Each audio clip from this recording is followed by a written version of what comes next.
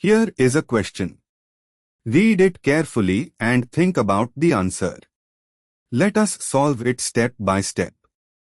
Let us first understand the key concept here. LDA is a strong, bulky, non-nucleophilic base that deprotonates ketones kinetically at the less substituted alpha carbon to form the kinetic enolate. It is used in excess to ensure complete and irreversible enolate formation before the electrophile is added. Moving on to the next step.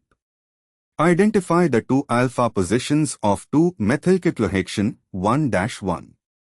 C2, more substituted alpha carbon, already bearing a methyl group, so it has 1 alpha hydrogen. C6, less substituted alpha carbon, bearing 2 alpha hydrogens. Moving on to the next step. LDA is a kinetic base. It preferentially removes the more accessible, less hindered proton.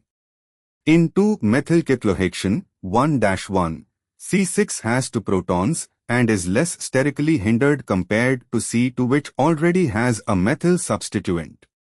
LDA therefore deprotonates at C6 to give the kinetic, less substituted enolate.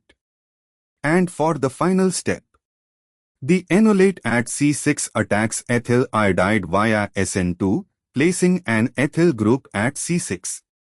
The product retains the methyl group at C2 and gains an ethyl group at C6 with the ketone at C1. This is 2-methyl-6-ethylcyclohexane 1-1, which corresponds to option B. Why other options fail? A. Would require double alkylation or methylation at C2 not consistent with LDA eti conditions. C. Shows 2 methyl groups would require methylation, not ethylation.